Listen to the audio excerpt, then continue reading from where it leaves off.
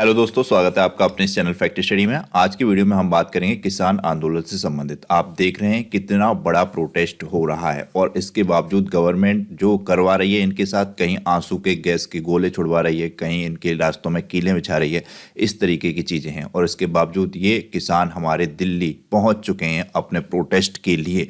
इनकी कुछ मांगे हैं और मांगे ये आज से शुरू नहीं हुई हैं। ये मांगे जब इन्होंने 2021 में अपना किसान आंदोलन शुरू किया था तभी सरकार ने इनको भरोसा दिया था कि हम आपकी ये मांगें बहुत जल्द पूर्ण कर देंगे। उसके बाद 2021 वाला इन्होंने अपना आंदोलन समाप्त कर दिया था, लेकिन उसके बावजूद आज तक ये मांगें इनकी पूर्ण नहीं हुई हैं। तो ये जानना जरूरी है कि इस बार की ये मांगें हैं क्या, आखिरकार कितना अलग है इस बार का किसान आंदोलन और केंद्र सरकार से क्या है मांगे, ये जानना बहुत जरूरी है।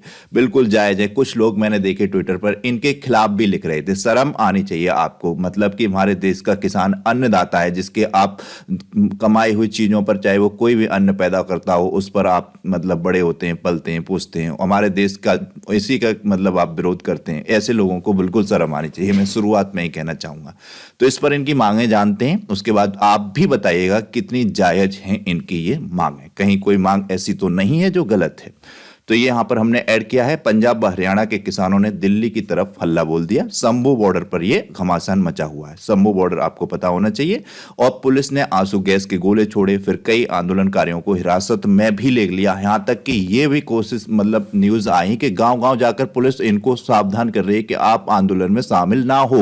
कई ट्रेनों से दूसरे प्रदेशों से अगर किसान आ रहे हैं तो उनको भी रोक रही है और उनको भी मतलब किसी घर में बंद कर दे रही है। इस तरीके की न्यूज भी आई हैं। एक महिला का तो सिर फटा हुआ था, वो इमेज मैंने यहां पर नहीं लगा पाई है। अब एक वीडियो में ये चीज कवर नहीं की जा सकती पूरी, तो बहुत भयावह तस्वीरें हैं जो कि ऐसी नहीं करनी चाहिए थी भारत सरकार को। ये मामला गलत था।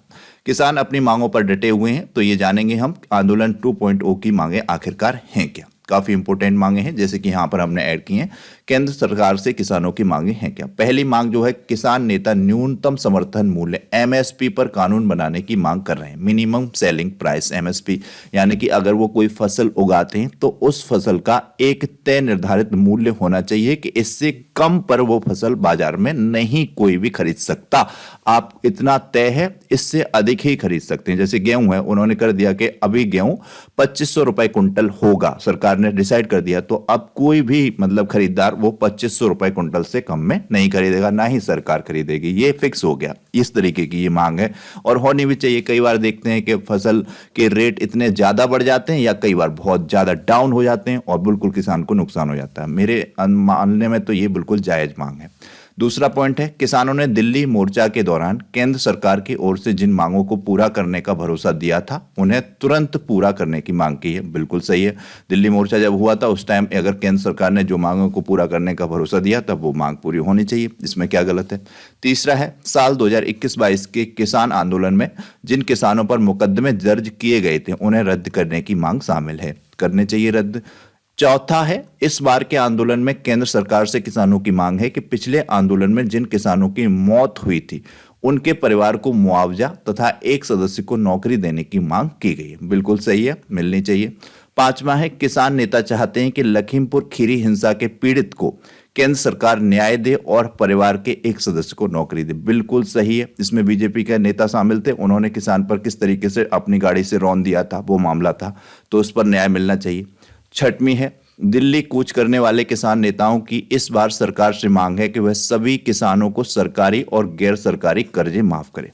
बिल्कुल सही है। अब सरकार को कुछ 50% तो करे, सब पूर्ण रूप से ना करे। किसी पे कितना है तो परसेंटेज के हिसाब से कर दे कि सबका 50% माफ होगा। इसमें ये कह सकते हैं, जब आप बड़े बड़े उद्योगपतियों के हजारों करोड़ों कर्जे माफ कर सकते हैं, आरबीआई में रूल्स चेंज कर सकते हैं उनके कर्जे माफ करने के लिए और दोबारा से तुरंत फिर उनको नए कर्जे देने के लिए तैयार हो जाते हैं, तो फिर किसानों का क्यों नहीं कर सकते। कुछ परसेंट तो करना चाहिए। पूर्ण रूप से नहीं करें तो कह दें कि जिस पे जैसा हो।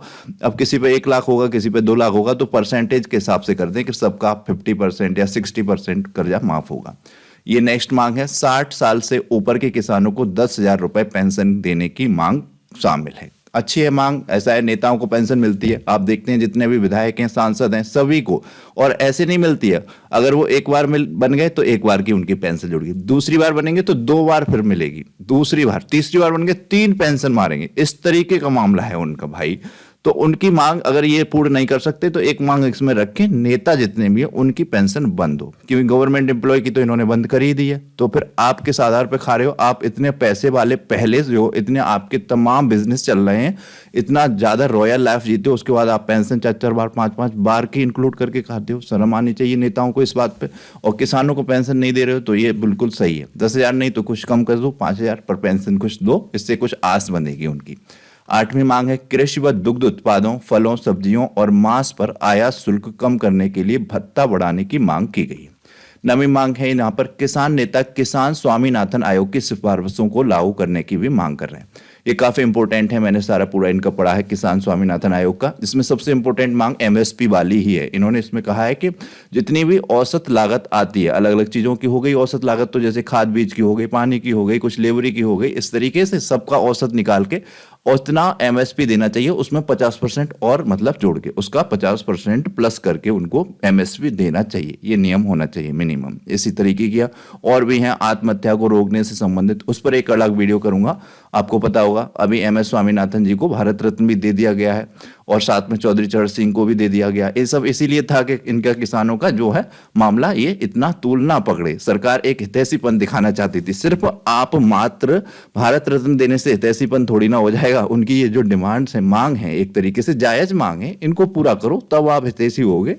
10वीं है पॉइंट यहाँ पर केंद्र सरकार से किसान कीटनाशक बीज और उर्वरक अधिनियम में संशोधन करके कपास सहित सभी फसलों के बीजों की गुणवत्ता में सुधार करने की मांग कर रहे हैं।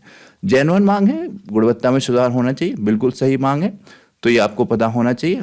तो ये था, ये 10 मांगे हमने यहाँ पर ऐड की। आप भी बताइएगा इनमें से कोई सी ऐसी मांग है जो जायज नहीं है, किसी भी प्रकार से आपको गलत लग रही है।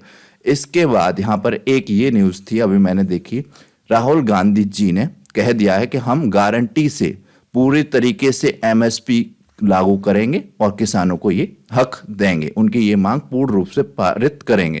Congress will give legal MSP guarantee, मतलब उन्होंने कहा है कि आप मुझसे व्हाइट पेपर पे लिखवा लो, मैं गारंटी के साथ एमएसपी लागू करूंगा, सरकार बनती है तो ये बहुत ही अच्छी बात कही राहुल गांधी जी ने, बिल्कुल शानदार, इसकी सराहना करनी चाहिए हम सभी को। तो ये था वीडियो। तो आपको ये वीडियो कैसा लगा? इस पर बहुत सारा अच्छा अपडेट आपको दूंगा मैं किसान आंदोलन से जुड़ा हुआ, जिससे आपको भी सच्चाई और अच्छे अपडेट एक नॉलेज के साथ मिल सके। तो ये वीडियो आपको कैसा लगा प्लीज कमेंट बॉक्स में बताइएगा। एक क्वेश्चन हमने ऐड किया है, प्रतिवर्ष राष्ट्रीय किसान दिवस कब मनाया जाता है? बहुत से स्टूडेंट्स को इजी लग रहा होगा, जब एग्जाम में बैठते हैं तो बहुत बार ये डेट्स में कंफ्यूज हो जाते हैं स्टूडेंट्स, इसीलिए मैंने इसको ऐड किया है। तो प्लीज इसका आंसर कीजिएगा। साथ ही आपको अगर थीम पता है 2023 की तो वो थीम भी बताइएगा, क्या थीम रही 2023 की राष्ट्रीय किसान दिवस की? ये तो पता होगा ही, चौधरी चरण सिंह जी की जन्मतिथि वाले दिन मनाया जाता है, तो ये बताइएगा। चैनल को सब्सक्राइब कीजिएगा, बेल आइकन को प्रेस कीजिएगा, वीडियो को लाइक और शेयर कीजिएगा। Thank you so much.